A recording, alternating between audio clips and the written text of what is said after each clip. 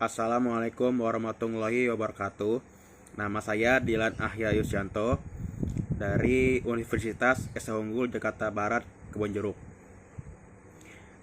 NIM saya 2021 0101 341 dari Fakultas Ekonomi dan Bisnis, jurusan Manajemen. Saya akan menjelaskan tentang keterampilan berbicara. Pengertian keterampilan berbicara menurut para ahli. 1. Dari Guntur Tarigan. Ia mengatakan bahwa berbicara adalah kemampuan mengucapkan bunyi-bunyi artikulasi atau kata-kata untuk mengekspresikan, menyatakan, serta menyampaikan pikiran, gagasan, dan perasaan. Kedua, dari Henry Guntur Tarigan dan Anton M. Mueliono mengatakan mengemukakan bahwa berbicara adalah berkata, bercakap, berbahasa, dan melahirkan pendapat dengan perkataan. 3. Dari Jago Tarigan mengutarakan bahwa berbicara adalah keterampilan menyampaikan pesan melalui bahasa lisan. Dari 3 pendapat tersebut dapat dikatakan bahwa berbicara adalah kemampuan seseorang menyampaikan pikiran, gagasan, dan perasaan dengan menggunakan bahasa lisan. Lalu, bentuk-bentuk keterampilan berbicara. 1. Monologikas. Monologika merupakan suatu ilmu tentang seni berbicara dengan monolog, di mana hanya ada seorang yang berbicara. Bentuk dari monologika yang sangat penting adalah proses dalam menyampaikan ide atau gagasan kepada orang lain di depan umum. Sebagai contoh, berpidato. Kedua, dialogika. Dialogika merupakan suatu ilmu tentang seni berbicara dengan cara dialog, di mana dua orang atau lebih mengambil atau berbicara dalam suatu proses pembicaraan. Bentuk dialogika yang sangat penting ialah diskusi, berunding, tanya jawab, debat, dan percakapan. 3. Prinsip umum dalam berbicara. Pada kegiatan berbicara tentu ada hal yang mendasari di dalamnya. Ada beberapa prinsip pokok antara pembentukan paling sedikit, yaitu 2 orang, memakai bahasa yang dipahami bersama, menerima atau mengakui daerah referensi umum, adalah proses tukar pikiran antar partisipan, menyampaikan gagasan dengan tujuan melaporkan, meyakinkan, dan menghibur seseorang. Konsep dasar berbicara. Konsep dasar berbicara sebagai sarana komunikasi mencakup beberapa hal sebagai berikut. 1. Berbicara dan menyimak adalah 2 kegiatan resivokal. Maksudnya, kedua kegiatan ini berbeda tetapi berkaitan erat tak terpisahkan, bagaikan 2 sisi mata uang. Yang satu sebagai kegiatan berbicara dan yang lainnya merupakan kegiatan menyimak. 2. Berbicara adalah proses individu berkomunikasi. Maksudnya, berbicara digunakan sebagai sarana mengontrol lingkungan. Ketiga, berbicara ekspresif yang kreatif. Artinya, berbicara tidak sekedar alat berkomunikasi ide, tetapi juga sebagai alat utama untuk menciptakan dan memformulasikan ide baru atau memanifestasikan kepribadian seseorang. 4. Berbicara adalah tingkah laku. Maksudnya, berbicara mampu mencerminkan kepribadian seseorang. Berbicara dapat direkam kepribadiannya secara umum. Landasan keterampilan berbicara. Berikut ini merupakan landasan keterampilan berbicara. 1. Situasi. Kegiatan berbicara bisa terjadi dalam situasi, suasana, kondisi, serta lingkungan tertentu. Situasi yang dimaksud ialah berbicara formal atau resmi atau informal, tidak resmi. Kedua, tujuan. Tujuan dari menyampaikan suatu ide atau gagasan dalam keterampilan berbicara ialah untuk mendapatkan tanggapan atau respon dari lawan berbicara. Tujuan dari penyampaian ide dalam menghibur ada melaporkan dan meyakinkan seseorang. Ketiga, metode penyampaian. Ada 4 metode atau cara penyampaian yang bisa dilakukan seorang saat waktu berbicara, yakni penyampaian berdasarkan naskah atau skrip, penyampaian dengan berdasarkan catatan kecil, penyampaian gagasan dengan berdasarkan hafalan memoriter, penyampaian gagasan secara mendadak, serta merta impromptu. 4. Penyimak. Berbicara yang baik pasti akan bersifat komunikatif terhadap lawan bicara dalam penyampaian ide atau gagasan. Pembicara perlu memperhatikan siapa penyimak dan dari pembicara tersebut, agar materi yang sudah disampaikan bisa diterima dengan berimbang. Sarana dalam berbicara. Ada dua sarana yang bisa dipakai dalam keterampilan berbicara untuk efektivitas komunikasi retoris, yakni 1. Mendengar merupakan sikap yang sangat penting dalam proses diskusi dan dialog. Pada setiap peserta dalam diskusi selalu berganti peranan antara bicara dan mendengar. 2. Cara atau taktik retoris. Dalam uraian ini akan dijelaskan dengan sejumlah taktik yang bisa membantu dalam mencapai sasaran dan tujuan dengan efektif dalam proses komunikasi retoris. Jenis-jenis berbicara. Dalam interaksi bicara sehari-hari, sering kita memperhatikan ada diskusi, percakapan, pidato, dan pidato menghibur. Ada ceramah, ada bertelepon, dan sebagainya. Mungkin Anda bertanya dalam hati, mengapa ada berbagai jenis kegiatan berbicara seperti itu? Jawabannya ada 5 landasan yang digunakan dalam mengklasifikasikan berbicara, yakni 1. Tujuan, 2. Situasi, 3. Metode penyampaian, 4. Jumlah pendengar, dan 5. Peristiwa khusus. Faktor-faktor keberhasilan berbicara. Dalam berbicara ada faktor yang perlu diperhatikan, yaitu pembicara dan pendengar. Kedua faktor tersebut akan menentukan berhasil atau tidaknya kegiatan berbicara.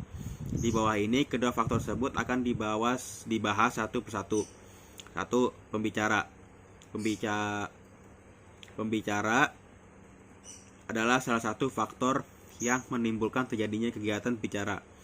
Dan ada beberapa hal yang harus diperhatikan oleh pembicara untuk melakukan kegiatannya, yaitu 1. Pokok pembicaraan, 2. Metode, 3. Bahasa, 4. Tujuan, 5. Sarana, dan 6. Interaksi. Kedua, ketepatan ucapan. Seorang pembicara harus membiasakan diri mengucapkan bunyi-bunyi bahasa secara tepat. Pengucapan bunyi bahasa yang kurang tepat dapat mengalihkan perhatian pendengar. Sudah tentu pola pengucapan dan artikulasi yang digunakan tidak sama. Masing-masing mempunyai gaya tersendiri dan gaya bahasa yang dipakai berubah-ubah sesuai dengan pokok pembicaraan, perasaan, dan sasaran. Akan tetapi, kalau perbedaan atau perubahan itu terlalu mencolok sehingga menjadi suatu penyimpangan, maka keefektifan komunikasi akan terganggu. Lalu ketiga, penempatan tekanan, nada, sendi, dan durasi yang sesuai. Kesesuaian tekanan, nada, sendi, dan durasi akan merupakan daya tarik tersendiri dalam berbicara. Bahkan kadang-kadang merupakan faktor penentu. Walaupun masalah yang dibicarakan kurang menarik, dengan penempatan tekanan, nada, sendi, dan durasi yang sesuai akan menyebabkan masalahnya menjadi menarik. Sebaliknya, jika penyampaian datar saja dapat dipastikan akan menimbulkan keefektifan berbicara suatu tentu berkurang.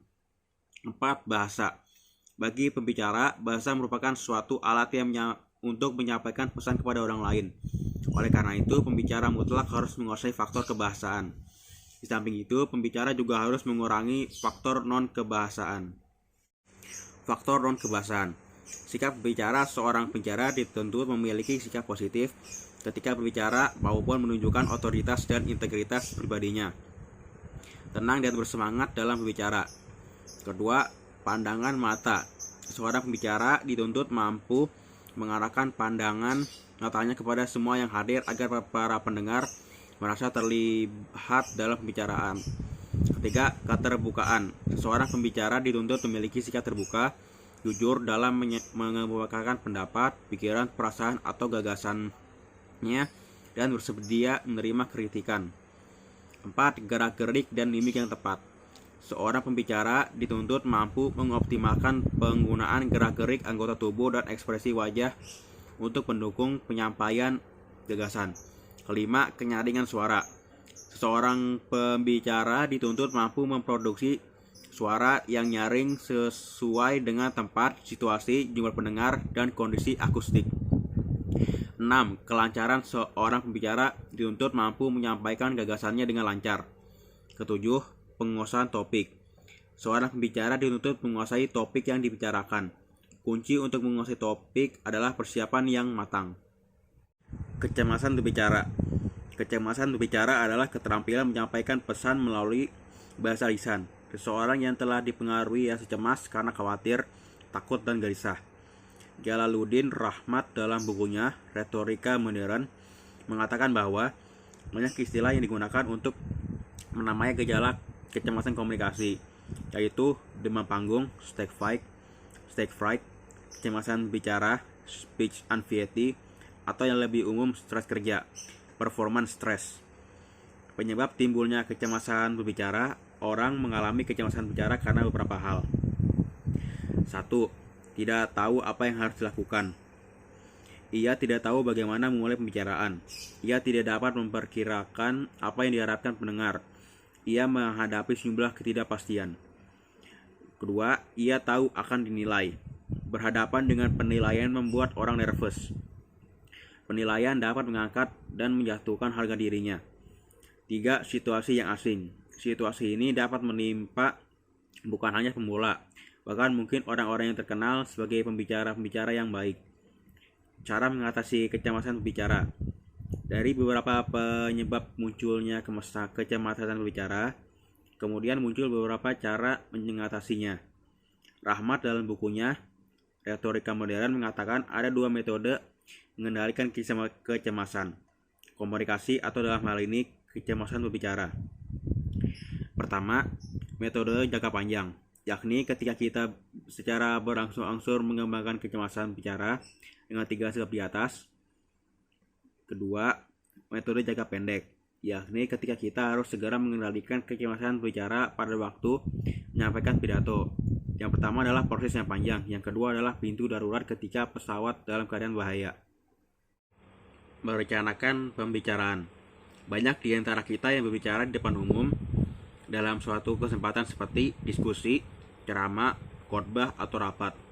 Bahkan presentasi tugas akhir, skripsi, tesis, dan disertasi yang tidak menarik bagi audiensi. Oleh karena itu, perlu perencanaan dalam mempersiapkan suatu pembicaraan secara baik, agar tidak terjadi suatu suasana yang tidak diingini dan tak terarah. Ketahui subjek pembicaraan Anda. 1. Pilih sebuah topik. Pertama, buat topik menarik untuk Anda sendiri. Jika tidak, Anda tidak mampu menguasai audiensi. Pembicaraan yang menarik akan lebih mudah mengemukakannya dan dapat membuat suasana menjadi menarik. Kedua, baik latar belakang pembicaraan, karena hal itu berguna dalam memulihkan ilustrasi, pemikiran, pengarahan, dan pembahasan selagi mengutarakannya. Kedua, ketahui audiensi. Coba analisis tipe dari audiensi Anda. Misalnya taraf pemikiran mereka, apakah mampu menyerap materi yang diberikan. Dari segi mana harus dimulai dengan ilustrasi-ilustrasi yang mampu menarik perhatian mereka dan sejauh apa materi tersebut diungkapkan. Ketiga, perhatikan suasana. Pertama, akan berbeda halnya dengan pembicaraan dalam ruangan kecil dengan ruangan besar. Suara yang tidak bersemangat atau kurang jelas biasanya dapat menghilangkan minat pendengar. Bahkan suara yang terlalu keras dapat menghilangkan perhatian. Untuk itu, pilih waktunya di mana penekanan suara dilakukan pada topik sehingga menarik. Kedua, ketahui pula waktu pembicaraan, di mana pendengar mulai bosan atau masih menarik. Karena hal itu, pilih lebih dahulu masalah yang paling penting dan kemudian hal yang kecil diselipkan di antaranya, atau buat modifikasinya. Macam-macam masalah yang dibicarakan. Pembicaraan yang tidak mempunyai spesifikasi tertentu biasanya menjadi beku dan dingin. Karena itu, perlu diketahui dan diperhatikan macam pembicaraan apa yang diutarakan atau disampaikan. Sebagai berikut. Pertama, kemukakan kepada audiens suatu proses, metode, atau teori. Kedua, beri keterangan tentang kejadian, pesan lembaga, dan sebagainya. Ketiga, ajak audiens untuk mengetahui hal yang benar dan salah dari suatu permasalahan. Keempat, mencari sebab dari suatu kejadian. Kelima, menyajikan hal humor dan lain-lain. Keenam, buat modifikasi dari macam-macam pembicaraan sesuai dengan kondisi serta pemikiran audiens Anda. Baiklah, mungkin itu saja penjelasan tentang keterampilan berbicara. Sekian dari saya, Dilan Ahya Yusyanto. mengucapkan wassalamualaikum warahmatullahi wabarakatuh.